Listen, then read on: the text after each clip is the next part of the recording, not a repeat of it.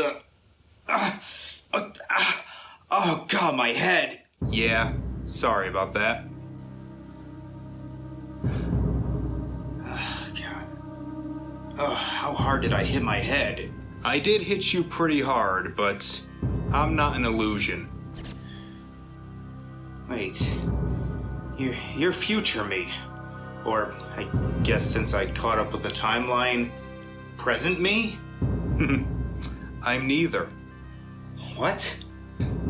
You really haven't figured it out, have you? Wait, you're Dark Shadow. Yeah, I knew it. White Wolf said you were locked in my subconscious. I knew that bastard lied to me. Oh no, or, well, you're half right. What happened to that black polo shirt you're always wearing? I'm not some figment of your mind. I'm my own person. What do you mean? You're like... actually real? Yep. So... are you really from the future? Nope. You and me are from the same time period. Then... who are you? I'm you. Yeah... wait. Are you a clone? Is that why that barber wanted some of my hair? Because I signed away for... No. I'm not a clone. I'm you. You mean the multiverse is real? Oh, yes. So... what's different in your time? Not much. You and me had a very similar upbringing. From 0 to 22, we were pretty much the same. Until a certain event that happened almost 10 years ago. Do you remember? I graduated college? Oh, come on. You just brought him up. You mean that stuff with Dark Shadow? When he tried to make me embrace my inner troll and become a nihilistic reviewer? Yep. But I said no and defeated him, kinda. Well, I'm you. From another universe where you accepted that offer. Wait, so you're the more badass version of you? So... what are you doing here? Well, turns out the world wasn't exactly ready for a more badass version of you. What do you mean? I became that nihilistic troll that I was meant to be. Hating everything, calling people insults and slurs. Never giving a damn about what people say, and as a result, I lost my audience. And then you learned that being a dick is wrong, right? Oh no, I just kept at it. I figured it would have to work eventually. And did it? Well, it might have, until I called Obscurus Lupa the N-word. You did what? Hey, she was being a Naviant. Well, maybe, but you can't just... well, sorry about that. Yeah, pretty much lost everyone by that point and got called out a lot by the commentary community. Oh god, I remember them. They still around? Well, eventually it spilled over into my personal life. I lost my job because one of my bitch coworkers found my videos and told my boss about them. So, wait, you're back to living with mom and dad? No, they aren't talking to me either. What the hell did you do that made them not speak to you? You do not want to know, but I eventually did get a job at Sheets. Oh wow, they really will hire anyone. Lucky for me. So I've been working, stewing in my anger for the last 5 years or so, until I found this. What the hell is that? A multiverse transport device. Where did you find it? Behind the dumpster at work. Oh, okay. So after figuring out how to use it, I realized I only needed to go to one universe. The one where I turned down Dark Shadow's offer. So when I got here, I watched everything you had been up to, and boy was I pissed.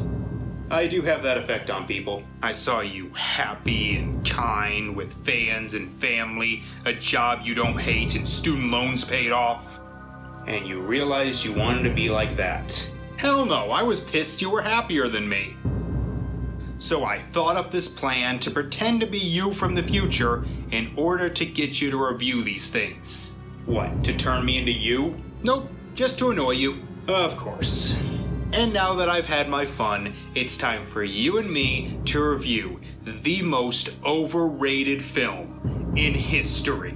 Wait, you don't mean... oh yes, 2001, A Space Odyssey. No, actually, you know what? Let's do it. Really? Yeah, I'm not giving you the satisfaction. Let's give it a watch. Okay. So 2001 A Space Odyssey was released all the way back in 1968, directed and co-written by Stanley Kubrick. At the time of its initial release, the film was extremely polarizing, with some critics praising it, while others just straight up walked out. Today it's regarded as one of the best science fiction films ever made, with people still debating its themes to this day. Maybe because it doesn't have any themes? I've made it no secret that I've never been a fan of this movie, but there's no denying it's one of the most influential movies of all time, and it looks like I'll actually be the one sticking up for it a bit in this review. We'll see about that. This is 2001, A Space Odyssey. So after about 3 minutes of staring at a blank screen as music blares, we finally see the damn MGM logo, which doesn't even give us the courtesy of a roar. Finally, we start off in space with a shot of the moon, Earth, and sun as the music continues blaring at full blast. You gotta admit though, it is a kick-ass soundtrack. I will give you that one. We cut to the dawn of man as we get a bunch of shots of bleak deserts.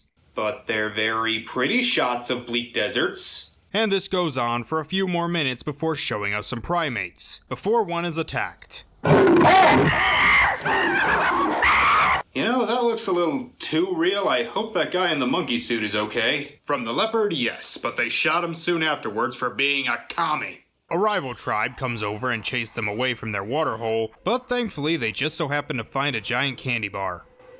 Candy bar? Really? That's the best you can come up with? Yeah, it looks like a candy bar for just the aluminum wrapping. Yeah, well, it's actually a monolith. Fine. They find a monolith, and this gives them the knowledge to use a bone as a weapon. And with their newfound method of violence, they ruthlessly kill one of the enemy monkeys and drive the rest away. Did you know this is rated G? All this together took over 20 minutes when it easily could have been 5 to 10 if it didn't waste so much time on landscape and the monkeys just screaming or grunting. We then cut to the future year of, well, I'm guessing 2001, where because we didn't waste enough time on the monkeys, we have shots of things floating in space. And then we watch a pen float in a space plane. Thrilling. Some lady who looks like a bowling pin comes in and grabs it and puts it back in this guy's pocket. Then we see more stuff floating in space. Then we get to watch the plane dock at the space station, and of course we get to watch every single goddamn second of it. But it looks so real. Yes, the special effects are very impressive, especially for 1968. Hell, this looks good for today. But why do we need to see it? I get it. They're docking at the space station. This could be shown in 20 seconds. We're now almost a half hour into the movie and we finally get some human beings talking. Here you are, sir. Main level, please.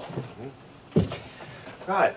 See you on the way back. Bye. Bye. Anyway, this is Dr. Floyd, played by William Sylvester. He has to make a phone call, and while this movie predicts that the year 2001 will be a little more technologically advanced than it ended up being, it still couldn't quite grasp the concept of cell phones.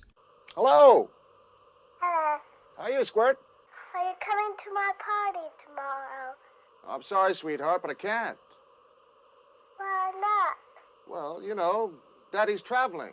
Amazing, in a movie that barely has a story, they still managed to fit in the workaholic dad cliche, which is a little funny when you realize that's Stanley Kubrick's daughter. She's a Scientologist now. So Floyd is going to some place called Clavius, but something strange seems to be happening there. Well, for one thing, whenever you phone the base, all you can get is a recording which repeats that the phone lines are temporarily out of order. Well, probably having some trouble with their equipment or something like that. Yes. So no one has gotten in contact with people on another planet in over a week and we're just so nonchalant about the whole thing? Holy shit, this is the future if it were run by Elon Musk. Well, good to know even in the world where I become a psychopath, I still think Elon is a dick.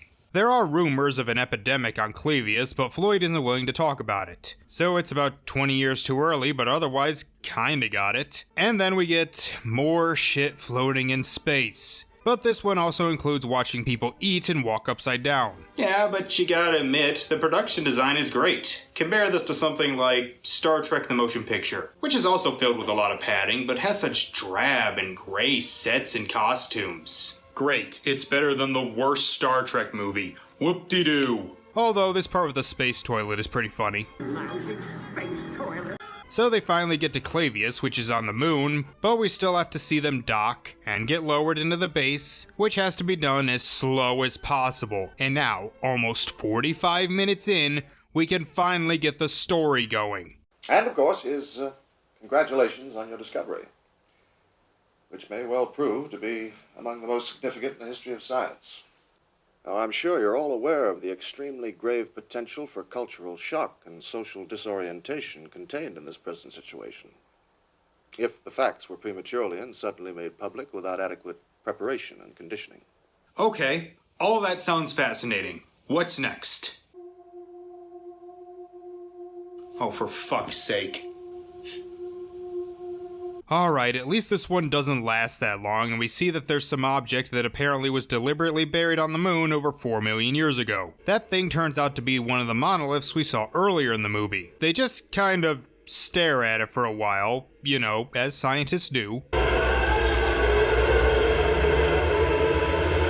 You know, if this screaming music wasn't here, I would have no idea if this was supposed to be scary, awe-inspiring, or just mundane. I mean, you could say that about a lot of movies. If E.T. didn't have the score it did, would you know what parts are supposed to be heartwarming, or thrilling, or funny? Yes, because it still has characters and a story that would let me know. This is just people staring at a giant metal rectangle saying nothing. I can't even see their faces. But it does eventually let out a high-pitched scream. Cut to 18 months later, so I guess this is actually the year 2001, on the Discovery 1 to Jupiter. We meet two new characters, David Bowman, played by Keira Dullea, and Frank Poole, played by Gary Lockwood. We are 1 hour in, but that doesn't mean we can't waste even more time looking at the effects. Oh, come on. I know for a fact there are movies you enjoy that focus more on the effects. If they're put in for the action or the world building, fine. I get it here. They're in space and are just doing random activities. There's only so long I can watch that. There are 3 other scientists in hypersleep, and most of the ship's operations are controlled by an AI computer system called HAL 9000. Hal is the best character in this movie, which, given that he's a robot, is pretty depressing. Good afternoon, Hal. How's everything going? Good afternoon, Mr. Amer. Everything is going extremely well. We'll get into him more a bit later, but I cannot emphasize how much more interesting the lifeless robot is compared to everything else. In talking to the computer, one gets the sense that he is capable of emotional responses. For example, when I asked him about his abilities, I sensed a certain pride in his answer about his accuracy and perfection. Do you believe that Hal has genuine emotions? Again, not only did this movie predict AI, but it also predicted that people would think they're emotional beings when they're just generating speech. The next few minutes are boring too, but at least they're trying to give character development, mostly around Hal. He begins asking questions about the mission, but before he can question him more, he picks up a problem with the ship that they need to fix or else the ship will fail. So we get another 10 minutes of them walking to a pod, getting in the pod, leaving the base, flying over to where the problem is, getting out of the pod, and gliding over to see that there is nothing wrong with it. But hey, it looks cool. We just sat through 10 minutes of watching a guy go to fix an antenna and realize it's working fine. Why the hell is this movie 2.5 hours? Hal suggests they let it fail to solve the problem, but they won't be able to communicate with Earth until it is. How would you account for this discrepancy between you and the Twin 9000? Well, I don't think there is any question about it.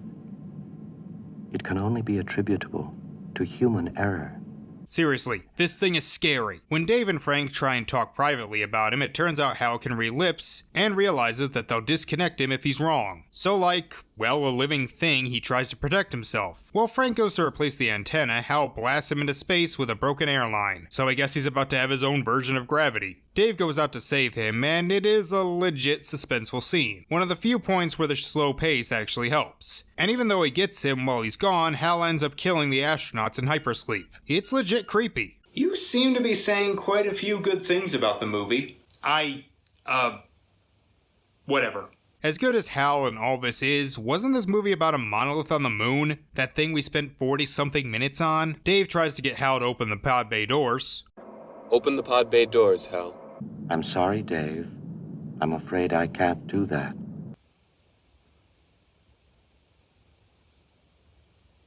Shut up. He does manage to get inside in probably one of the most impressive effects of the movie, and unfortunately this is where the slow pace starts to hinder the movie again. Dave very slowly takes out Hal's power. I know I've made some very poor decisions recently, but I can give you my complete assurance that my work will be back to normal. My god, I feel more sorry for the robot than the guy who got sucked out of an airlock. Daisy,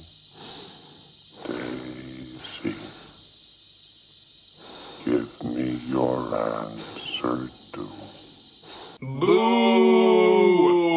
Seriously, what the hell do we know about Dave? I know he's an astronaut. I guess he's nice enough to save his crewmate, or at least try. He got angry that a computer tries to kill him.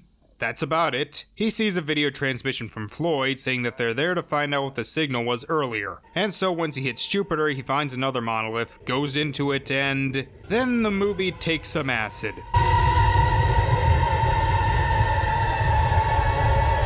I'm sure this scene is great if you're high, but if not, it's just an annoying way to pad the running time. Oh, come on. It's an experience. Every movie ever made is an experience. This is just an acid sequence to make people think the movie was about something. So after that goes on for a while, he eventually ends up in some bedroom. There he sees himself, but much older. Then an even older version of himself eating dinner. Then a much older man lying in bed. A monolith appears and turns him into a fetus. What does any of this have to do with anything? Who the fuck cares? Well, it's meant to be up to interpretation. It's him going into the next phase of human evolution. It's not that hard to figure out. He floats above Earth and our movie ends.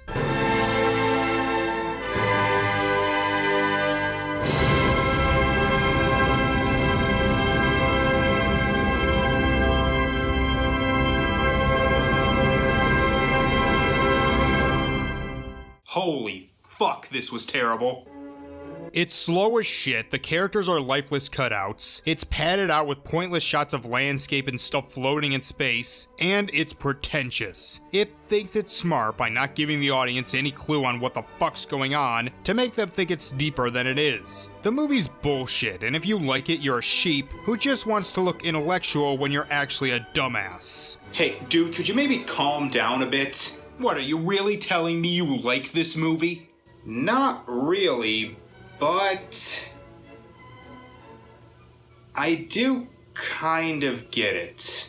It's a movie unlike any other. Plenty of films have tried to be like it, but none have managed to recreate whatever this movie did. It is undeniably a visual marvel. The cinematography, effects, sets, special effects, art direction are all some of the best I have ever seen. And the soundtrack is phenomenal. And there are parts I like. I do like the stuff with Hal. I do like some of its themes and ideas. And I do like that it goes all out. I think if the movie were an hour shorter, cut out a lot of the drawn out scenes of stuff floating in space, or people going around doing nothing, I might actually love this movie. And even though I don't, I can't deny that this film did inspire a lot of films that I do love. Without it, we wouldn't have movies like Star Wars, Alien, Interstellar, Gravity, Upgrade. So while it's not really my thing, I do have a lot of respect for it. Oh, god damn it.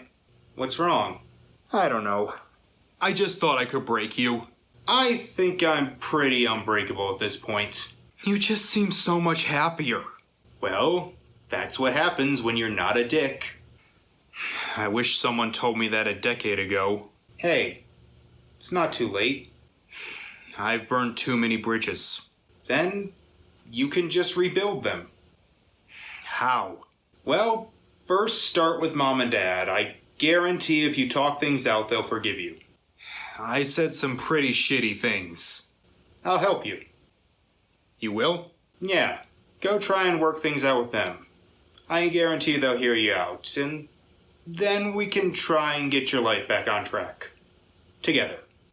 You'll do all that even after everything I did to you? I am a very forgiving person. Yeah. Yeah, you know what? I'm gonna do that. I'm gonna go back to my world and talk to them. See you later. Wait, no, you gotta untie me! Shit! Well, Norty, gotta say, you handled that really well. And where were you? Meh, I knew you could handle yourself. Well, thanks. Can you untie me? Nope. Remember, I'm all part of your subconscious. Oh, of course you are. Well, I'll get out of this somehow.